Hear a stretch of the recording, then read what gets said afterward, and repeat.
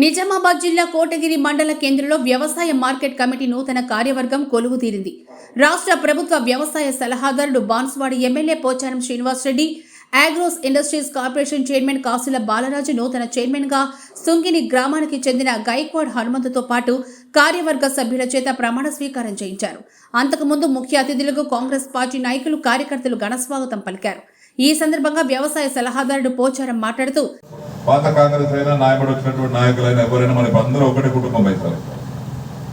ఏకీ ఖాందానుగా రెండు లేదు. ఇక్కడ బాలరాజు గారితో పాటు వచ్చినటువంటి సైన్యం కానీ, నాతో పాటు ఉన్నటువంటి సైన్యం కానీ, మీరు విభేదాలు మర్చిపోండి.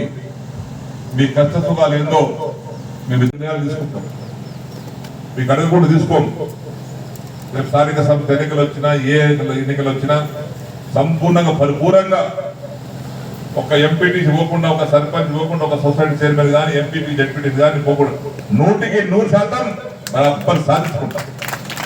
సుఖమని పడుకుంటా అందరికి కాపాడుకోవచ్చు. ఆ విధంగా ఆయన ఎప్పటి కూడా మంచి హృదయంతో ఉన్నాం కాబట్టి మాకేం కల్మషాలు లేవు.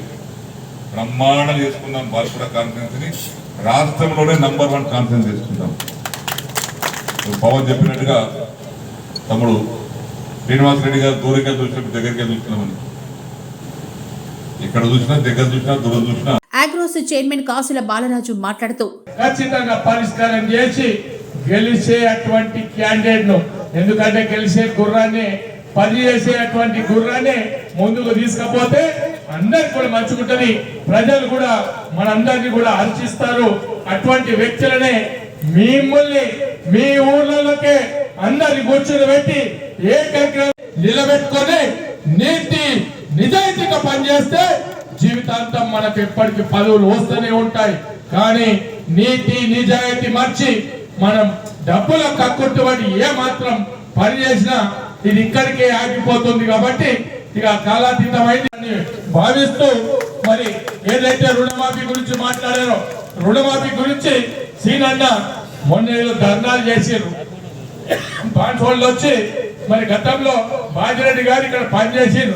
మరి ఇక్కడి నుంచి పోయినక్కడ ఇక్కడ ఊళ్ళో పోతే ఒక్క మనిషికి ఒక పని చేయనటువంటి వ్యక్తి మళ్ళీ బాన్సోళ్ళలో వచ్చి ధర్నా చేసినంటే అతన్ని ఖాళీ కనబడ్డాయి. కానీ ఇక్కడ ఉండేది ఏకైక పార్టీ కాంగ్రెస్ పార్టీ. ఆ పార్టీలో ఎవరు నీతి నిజాయితీగా పనిచేస్తారో ఒక నాయకులుగా ఎదిగే అవకాశాలు ఉన్నాయి. కాబట్టి మరి ఏదైతే ఇప్పుడు రుణమాఫీ చెప్పిండో దాన్ని కూడా రివ్యూ ఇక్కడ సీనన్న పెట్టిండు. మరి మేమిద్దరం కలిసి రివ్యూ చేసి ఎవరికైతే రాలేదో వాళ్ళందరూ కూడా ఖచ్చితంగా వస్తాయి, వచ్చి తీరుతాయి. ముఖ్యమంత్రి గారు చెప్తున్నారు, ఎక్కడైనా ఏదైనా లోపం వల్ల రాకపోతే దాన్ని కొంతమందిని అగ్రికల్చర్ వాడిని మేము అపాయింట్ చేసినాము, రైతు వేదికలో కూర్చుని పెడుతున్నాము. వాళ్ళ యొక్క మళ్ళీ రిపోర్ట్ తీసుకొని దాన్ని సరిచేసి రుణమాఫీ చేస్తాము.